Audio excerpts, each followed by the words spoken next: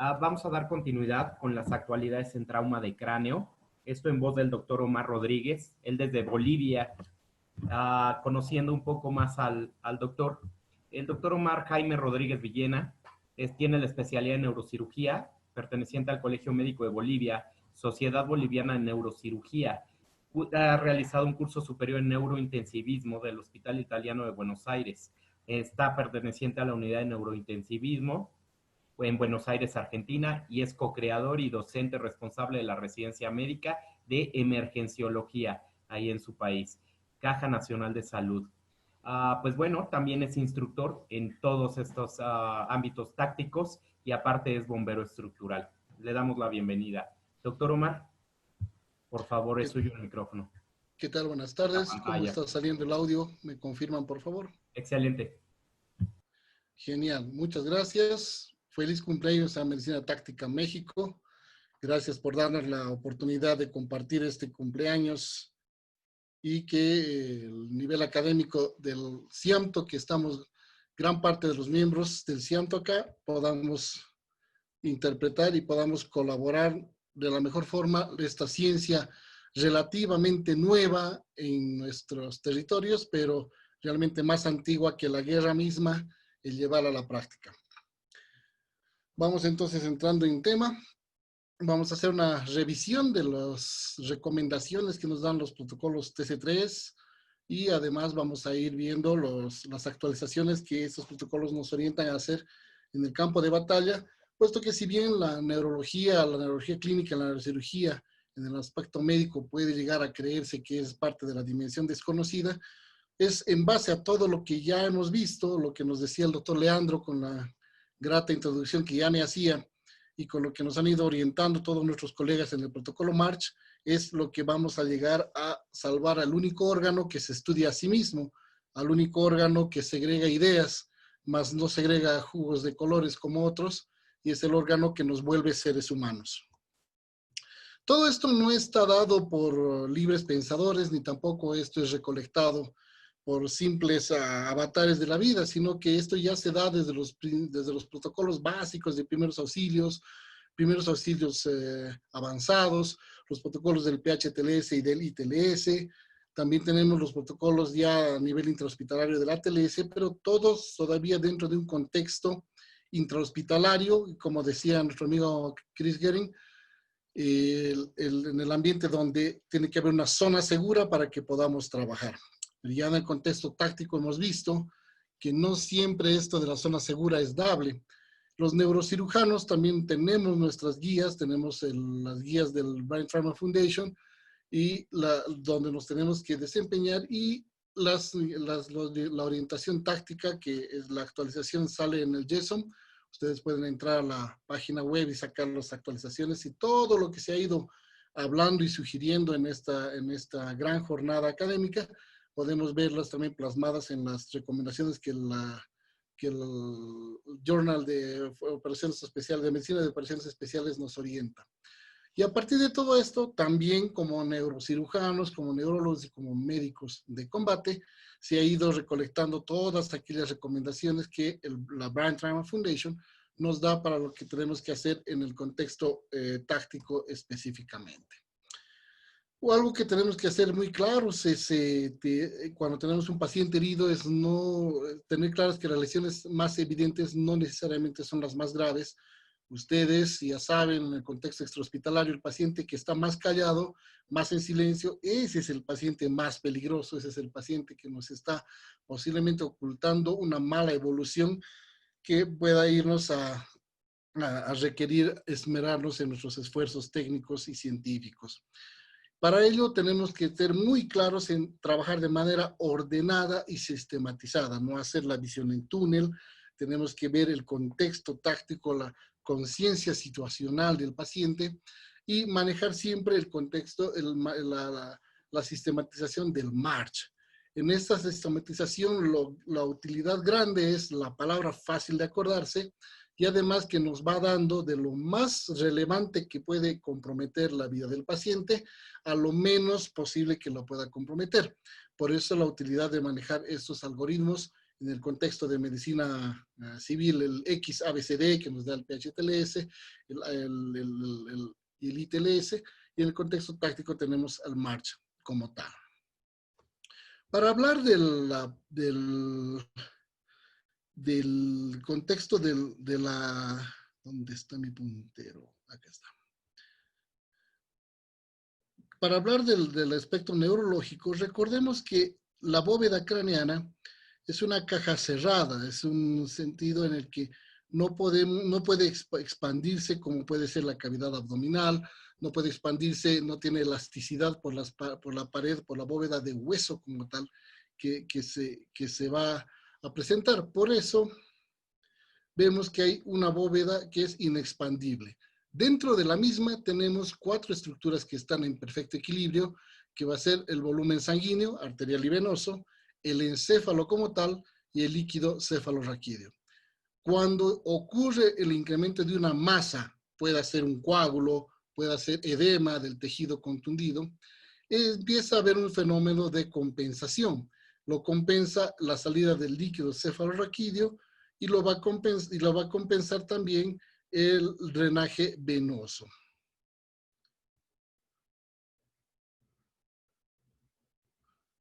Lo va a compensar el drenaje venoso. Va a llegar un momento en que la masa es tan importante que ya no va a haber posibilidad de que el líquido cefalorraquídeo pueda compensar por su drenaje, ni tampoco el sistema venoso. No puede alterarse el sistema arterial de la circulación, porque este sistema arterial es el que nutre al encéfalo. Por lo tanto, el que va a tratar de compensar y llega a extremarse como tal, es va a ser la circulación venosa.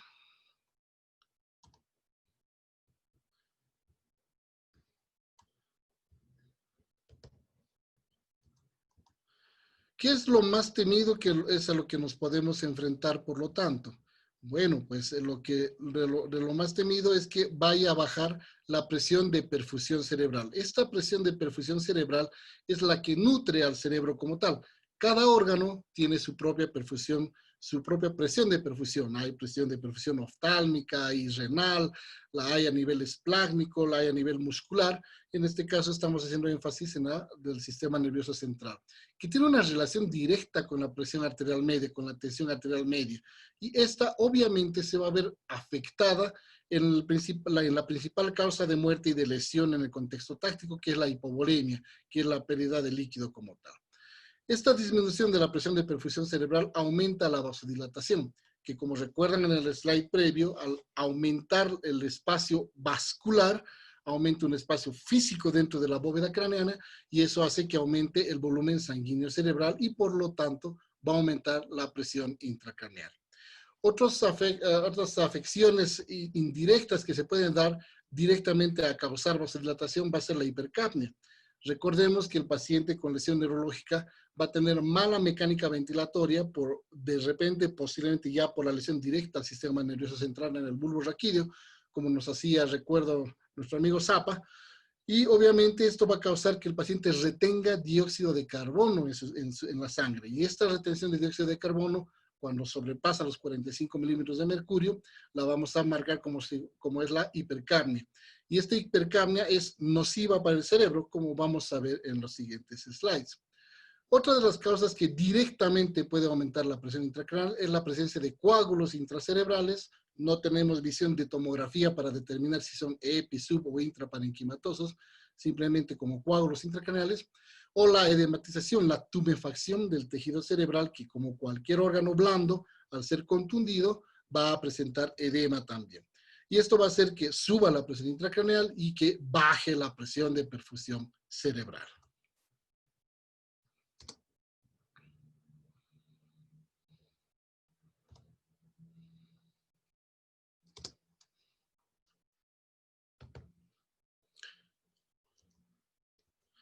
¿Qué es lo que necesitamos que sea favorable para el sistema nervioso? Para eso sí necesitamos que suba la presión arterial media. Para tener este control de la presión arterial media necesariamente hay que hacer un manejo de todo el líquido intravascular, de la sangre propiamente, evitar que se siga perdiendo sangre en el paciente. Si la presión arterial media sube, la presión de perfusión cerebral también va a subir. Otra de las causas en las que podemos colaborar, y vamos a ver en el tratamiento, en el caso de deterioro neurológico súbito en el paciente, es causar vasoconstricción cerebral. Y vamos a causar vasoconstricción cerebral encaminando al paciente a la hipocapnia, es decir, disminuyendo su dióxido de carbono. Y esto lo vamos a conseguir hiperventilando al paciente. Ya en situaciones donde queramos actuar directamente sobre la presión intracraneal para bajarla, podemos utilizar soluciones hiperosmolares en el ambiente extrahospitalario. Ya en ambiente quirúrgico, en ambiente hospitalario, podemos hacer una cirugía de descompresión o drenaje de líquido cefalorraquídeo, que estas tres circunstancias nos ayudan a directamente bajar la presión intracraneal. En el protocolo March está resumido lo idóneo que se tiene que hacer para una mejor sobrevida del sistema nervioso central. Obviamente, tenemos que tener muy en claro lo que está acá en rojo, que las lesiones en el sistema nervioso central no provocan shock hipovolémico. Muchas veces en las salas de emergencia, al momento de entregar al paciente o cuando estamos valorando a un paciente con trauma de cráneo y el paciente tiene presión arterial baja, quieren atribuir esa presión arterial baja al trauma de cráneo. Eso no es factible en la fase inicial del trauma de cráneo. Recuerden que incluso en el fenómeno de Cushing que presenta el paciente por hipertensión intracraneal, el paciente tiende a presentar hipertensión arterial como respuesta a la hipertensión intracraneal. Por lo tanto, no es factible aceptar solo en situaciones ya muy avanzadas o prácticamente terminales donde se puede asociar la hipotensión a la lesión intracraneal. Pero en la fase inicial, en las primeras horas, esto no se lo puede asociar como tal. Por lo tanto, si tenemos un paciente con trauma de cráneo e hipotenso, está sangrando por algún lado ese paciente o tiene algún otro tipo de shock obstructivo o posiblemente cardiogénico que está ocasionando la bajada de la presión arterial. No podemos atribuir eso al trauma de cráneo. La recomendación está de que en el extrahospitalario mantengamos al paciente con una presión arterial sistólica de por lo menos de 110 milímetros de mercurio. Esto va a ser, como lo que decíamos, que suba la TAM, que suba la PPC, disminuya la vasoconstricción, lo que va a hacer que el volumen sanguíneo cerebral disminuya, según la doctrina Monro-Kelly, disminuyendo la presión intracraneal y favoreciendo que siempre mejore la presión intracraneal en nuestro paciente. En el A es fundamental el paciente, el primer medicamento que tenemos que tratar de optar a dar al paciente es oxígeno. Si bien en la zona caliente o en los cuidados bajo fuego no podemos, no debemos portar un tubo de oxígeno, esto recién se lo administrará con suerte en la amenaza indirecta o en el traslado directamente, porque cargar un tubo de oxígeno es muy poco práctico y hasta peligroso en un contexto táctico. No podemos dar el oxígeno, pero para proporcionar este oxígeno debemos estar seguros que la vía aérea está permeable. Ya ampliamente nos ha hecho énfasis en este aspecto el doctor Leandro, y hacemos solamente un repaso rápido de que es más práctica la cánula nasofaringea que la orofaringea porque esta difícilmente se desplaza y es mejor tolerada incluso por personas que están con un nivel de conciencia bueno. Mientras que la cánula orofaringea necesariamente tiene que haber un deterioro importante y anulación del reflejo faríngeo en el paciente. Otras de las herramientas que podemos llegar a utilizar o se llegan a utilizar son los dispositivos supraglóticos, como la máscara laringea, el IGEL que ampliamente se ha hablado en la exposición previa, o el tubo laringio. Obviamente todas estas, la gran ventaja es que no requieren la manipulación por el laringoscopio. Y en situaciones especiales que requieran, como los casos que nos exponía esta mañana con quemaduras de vía aérea, podemos utilizar la cricotiroidostomía de urgencia. Pero la situación es que tenemos que tener una vía aérea permeable para que el oxígeno que vamos a proporcionar al paciente le sea de gran utilidad al sistema nervioso como tal. Recuerden que el paciente inconsciente, la primera causa de obstrucción de vía aérea en un paciente inconsciente es la lengua. La segunda causa de obstrucción de vía aérea en un paciente inconsciente es la lengua. Y la tercera causa de obstrucción de vía aérea en un paciente inconsciente es la lengua. Por lo tanto, en un paciente comprometido en el sistema nervioso central que está perdiendo el nivel de conciencia o ya está inconsciente, voy a tener un enemigo oculto que va a ser la lengua. Y el hecho de que solamente se nos caiga la lengua nos va a causar hipoxia, le va a faltar oxígeno al cerebro y al resto del organismo, y nos va también limitar la exhalación del paciente, reteniendo dióxido de carbono y causando hipercarbia en el paciente. Por lo tanto, solo la caída de la lengua en un paciente inconsciente nos condiciona hipoxia e hipercarbia, que lamentablemente va en deterioro de nuestro paciente. Tenemos que monitorizar, como bien nos orientaba el doctor Zapa y nos orientaba también el doctor Leandro, la respiración. Y aquí es fundamental, en lo posible, tener mínimamente un pulsioxímetro ya cuando estamos en zona de amenaza indirecta, y idealmente un detector telespirado de dióxido de carbono para ver cómo estamos en la mecánica de ventilación del paciente. Y esto tiene bastante relevancia cuando nosotros queremos manejar el dióxido de carbono en el paciente. Veamos entonces a qué nos referimos. Lo normal es que estemos entre 40 y 35 milímetros de mercurio de dióxido de carbono. Eso es equilibrado. El capilar cerebral se va a mantener en un diámetro aceptable para nutrir al cerebro. Cuando el paciente está en hipercapnia, es decir, que retiene dióxido de carbono por encima de 46, ya en un desequilibrio franco, recordemos por la doctrina Monro-Kelly que el vaso sanguíneo cerebral se va a dilatar, y al dilatarse va a causar efecto de masa dentro de la bóveda craneana, aumentando la presión intracraneal. Por lo tanto, parte del tratamiento no es el único, ni tampoco es el primero que debemos optar. Cuando le causamos hiperventilación al paciente, asistiéndole la respiración con un dispositivo bolsa, válvula, máscara, la intención es llevarle a una hipocapnia moderada, entre 30 y 35, llevando obviamente al capilar sanguíneo a un diámetro mucho menor. Como recordamos nuevamente en la doctrina Monro-Kelly, el vaso sanguíneo va a disminuir su radio, va a disminuir su efecto de masa dentro de la bóveda craneana y va a hacer que disminuya la presión intracraneal de igual forma. Pero si la hiperventilación es excesiva y nosotros nos bajamos de 30 milímetros de mercurio, perdón, cuando es por debajo de 30 milímetros de mercurio, la vasoconstricción va a ser tan intensa que, ojo, nosotros podemos causar las zonas de infarto en el cerebro del paciente. Por eso no se recomienda la hiperventilación a ciegas.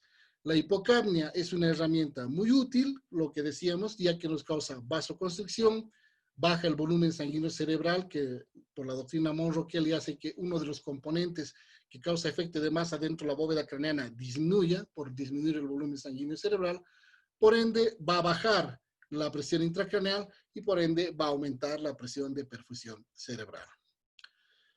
Hecho el llegado al punto de haber asegurado, controlado y asegurado el sangrado masivo, haber asegurado la vía aérea, tener una respiración adecuada con oxigenación, haber tratado el posible neumotórax del paciente y estabilizada la circulación, nos enfocamos ahora en la H del March, donde está head injury, es decir, el trauma de cráneo, las lesiones en el sistema nervioso.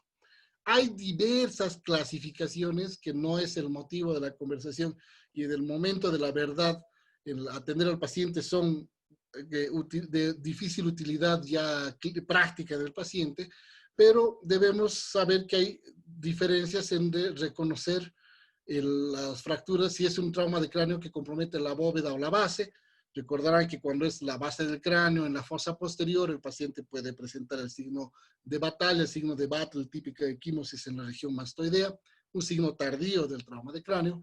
Cuando es en la base, en la fosa media, se va a comprometer el hueso temporal, el paciente puede tener hipoacusia súbita, otorragia, puede tener parálisis facial periférica por el hecho de que la fractura puede comprometer el nervio facial en su trayecto intrapetroso. Cuando es de la fosa anterior, la fractura de fosa anterior es típico los ojos de mapache, que también es un signo tardío del trauma de cráneo, no es precoz, o la salida de líquido cefalorraquídeo por las fosas nasales. Cuando es fractura de bóveda es más sencillo de evidenciarlo, dependerá de dónde recibió el golpe el paciente, por dónde es el impacto como tal, y obviamente puede ser presentar hasta fracturas de cráneo, puede ser lineal o con minuta, pero independiente de que sea cualquiera de estas dos cosas son lo importante. Si es abierta o cerrada, para la utilización del antibiótico, y lo más importante que se utiliza en la parte clínica y en la medicina táctica también, es clasificar el trauma de cráneo por su severidad. Una cápita en el hecho de si es abierto o cerrado, la diferencia anatómica, el límite anatómico que nos dice si es trauma de cráneo abierto o trauma de cráneo cerrado, es la integridad de la dura madre. Es decir, si el paciente puede tener expuesto los fragmentos óseos, pero la dura madre está íntegra, sigue siendo un trauma de cráneo cerrado. Otro ejemplo extremo, si un paciente tiene salida de líquido cefalorraquídeo por la nariz, la ginaulicurraquia, o por el conducto auditivo, como es la otorraquia, si es líquido cefalorraquídeo lo que sale, quiere decir que la dura madre se ha comprometido, está rota. Por lo tanto, aunque sea solo salida de líquido cefalorraquídeo, es un trauma de cráneo abierto. Lo más importante es clasificarla por la severidad. Y para hacer el diagnóstico de qué tan severo ha sido el trauma de cráneo, tenemos la famosa escala de Coma de Glasgow, que es la más práctica y más útil en su uso, porque no solamente nos da una situación de cómo está al momento el paciente, sino que incluso nos da datos de cómo va a ser la evolución del paciente. Según la escala de Coma de Glasgow del paciente, clasificamos en 3 series de gravedad al paciente. El TEC leve, o el trauma de cráneo leve, con un Glasgow entre 14 y 15. El trauma de cráneo moderado con un Glasgow entre 13 y 9. Y un trauma de cráneo grave, donde tiene que haber manejo de la vía aérea, porque este paciente está severamente comprometido y va a estar en coma, va a estar inconsciente. Y ya decíamos que el paciente inconsciente se nos obstruye la vía aérea por la lengua, exactamente. Por lo tanto, en un TEC grave con un Glasgow de 8 a 3, tiene que haber un manejo mínimo de la vía aérea, de lo más fácil a lo más complejo, desde el hecho de levantar el mentón o utilizar una cánula naso-orofaringea, idealmente nasofaringea en el contexto táctico, o un dispositivo supraglótico, porque este paciente tiene un gran compromiso neurológico y va a tener comprometida la vía aérea. Una vez que hemos evaluado al paciente en la secuencia March, nos vamos a dar cuenta en evaluar el aspecto neurológico si tiene signos de hipertensión endocraneal. Básicamente, 3 son los clínicos que podemos ver y evidenciar en el paciente. El más significativo es si cae 2 puntos de su Glasgow en menos de 1 hora. Si el paciente cae 2 puntos de su Glasgow en menos de 1 hora, eso es hipertensión endocraneal hasta que se demuestre lo contrario y tengo que actuar. Otro de los datos relevantes para los pacientes que de repente ya están inconscientes y al examinarlo, al reexaminarlo, analizo que está en anisocoria, es decir, que una de las pupilas está dilatada, cosa que no estaba a los 5 o 7 minutos en mi evaluación previa, también nos está traduciendo hipertensión endocraneal. Otro de los datos también es que el paciente deje de mover uno de los hemicuerpos, sea el hemicuerpo derecho o izquierdo, eso es irrelevante, pero basta que uno de los hemicuerpos tenga déficit y no lo esté moviendo tanto la pierna como la mano, también es un tercer dato de que está habiendo hipertensión endocraneal. Es suficiente que uno de estos 3 datos se presente en el paciente, estamos frente a un síndrome de hipertensión endocraneal y tenemos que actuar. La primera medida que tenemos para actuar va a ser hiperventilar al paciente. Como decíamos, recuerden que tenemos que hiperventilar de una manera moderada al paciente, haciendo hasta un ciclo de 20 respiraciones por minuto para llegar a una hipocapnia moderada entre 30 y 35, cosa que el dióxido de carbono sea eliminado de la respiración del paciente y el vaso sanguíneo cerebral disminuye su radio y disminuye también su efecto de masa dentro de la bóveda craneana. Pero tratemos de no hiperventilar a ciegas sin un detector telespirado de dióxido de carbono. Menos de 30 no se recomienda porque la vasoconstricción va a ser tan intensa que nosotros vamos a ser los causantes del infarto cerebral en el paciente si lo hacemos de una forma inadecuada. Otro de nuestro arsenal de manejo para el paciente que está desarrollando hipertensión endocraneal son las soluciones hiperosmolares. Acá además tenemos, recuerden que una vez que hay una zona de necrosis, una zona muerta del cerebro, siempre hay una zona potencialmente recuperable alrededor. Si nosotros manejamos mal la ventilación del paciente, si lo hiperventilamos innecesariamente, esta zona de penumbra se va a volver zona de infarto, se va a volver zona de muerte. Nosotros vamos a decidir si dejamos al paciente con un tamaño pequeño del infarto cerebral o nosotros vamos a definir si vamos a dejar al paciente con una lesión cerebral más extensa, solamente con el hecho de decidir y actuar adecuadamente con la hiperventilación del paciente. Si hiperventilo con un ritmo entre 20 y 22 ciclos por minuto, puedo limitar la lesión del paciente. Si tengo un detector de dióxido de carbono telespirado y no disminuyo de 30 minutos de mercurio, la lesión va a ser circunscrita y de gran ayuda para el paciente. Pero si hiperventilo a ciegas, si el dióxido de carbono está por debajo de 30, por debajo de 25, voy a causar más infarto en el paciente y la lesión va a ser notoriamente más extensa solo por el hecho de un mal manejo de la ventilación en el paciente.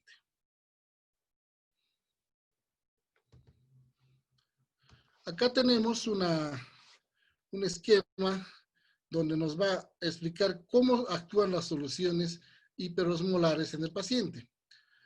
Nosotros en el intravascular, que es todo este espacio, podemos utilizar, como en este caso, solución salina hipertónica, conociendo que la presión osmolar de las células son de 280, y nosotros al colocar salina hipertónica o colocar mannitol, aumentamos los solutos en el espacio intravascular. Este aumento de solutos en el espacio intravascular por movimiento pasivo del agua, el agua va a seguir donde más soluto hay. Por lo tanto, las células van a ceder agua al intravascular y estas células, al estar con menos agua, se van a achicar, se van a deshidratar. Eso es sabiendo que tenemos los 200 mililitros de mercurio, los 280 miliosmoles en el caso del paciente, y que esto va a hacer que se deshidraten las células nerviosas, la glía, y por lo tanto también alguna parte de las neuronas. Esto especialmente cuando en el intravascular estamos con soluciones hipertónicas. Reitero, las únicas autorizadas para esto es la solución salina al 3% y el mannitol, que tiene también sus grandes ventajas. Como ustedes ven, ha jalado el agua al intravascular y las células han quedado deshidratadas y más pequeñas, haciendo que el edema cerebral se achique, se disminuya. Todo lo que estaba tumefacto, toda esa agua que estaba retenida dentro de la glía, pase directamente al intravascular y ayudemos a disminuir el edema cerebral. En el otro contexto, cuando utilizamos soluciones hipotónicas, vamos a ver en el mismo ejemplo de la animación, si es que no se me detuvo, va a pasar el efecto contrario, es decir, al tener menos osmolaridad en el intravascular y la solución que estamos pasando hemodiluye al paciente o tiene menos solutos que la célula, el agua va a pasar adentro de la célula. Por eso no se recomienda utilizar soluciones hipotónicas en el trauma de cráneo, porque van a hacer que el edema celular incremente. Una de las soluciones de los disacáridos más comunes en el mercado en Latinoamérica es el mannitol, que habitualmente viene al 20%. Este tiene escasa metabolización de su componente activo y es muy fácil de adquirir en las farmacias en general o en los establecimientos de salud. La concentración más común que viene es al 20%, significa 20 gramos en 100 mililitros, lo que nos traduce que 5 mililitros de esa solución es 1 gramo de mannitol. Por ejemplo, la dosis recomendada es utilizar 0.5 gramos kilogramo a 1.5 gramos por kilogramo. Por lo tanto, tenemos que ver el peso del paciente por 5 y ya sabemos qué cantidad le vamos a administrar para el peso de este paciente. Por ejemplo, si nuestro paciente pesa 70 kilogramos, multiplicamos por 5, 70 por 5 nos va a dar 300. Y hace en cantidad de mililitros cuántos tengo que darle al paciente. La dosis mínima para un paciente de 70 kilos, por lo tanto, va a ser de 300 mililitros de la solución al 20%. Es más fácil acordarse de esa forma. Estimado doctor, Otro de las utilidades, perdón, Axa. No, tiempo, por favor.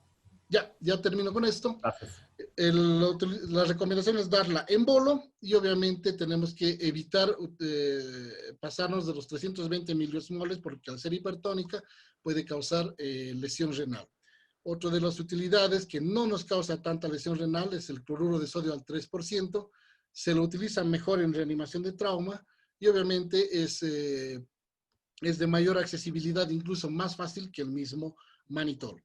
Para llevarnos a casa, entonces recuerden, un paciente con trauma de cráneo tenemos que esmerarnos en hacer bien todo el march, el control de la hemorragia, permeabilizar la vía aérea, mejorar la mecánica respiratoria, y obviamente en el caso de que veamos un deterioro neurológico con los 3 pasos que hemos dicho, es decir, caída del Glasgow 2 puntos en 1 hora, el hecho de que dilate una pupila o el hecho de que presente una hemiparesia, debo actuar inmediatamente, ya sea con el manitol, con la solución salina hipertónica y con la hiperventilación moderada para el paciente. Muchas gracias.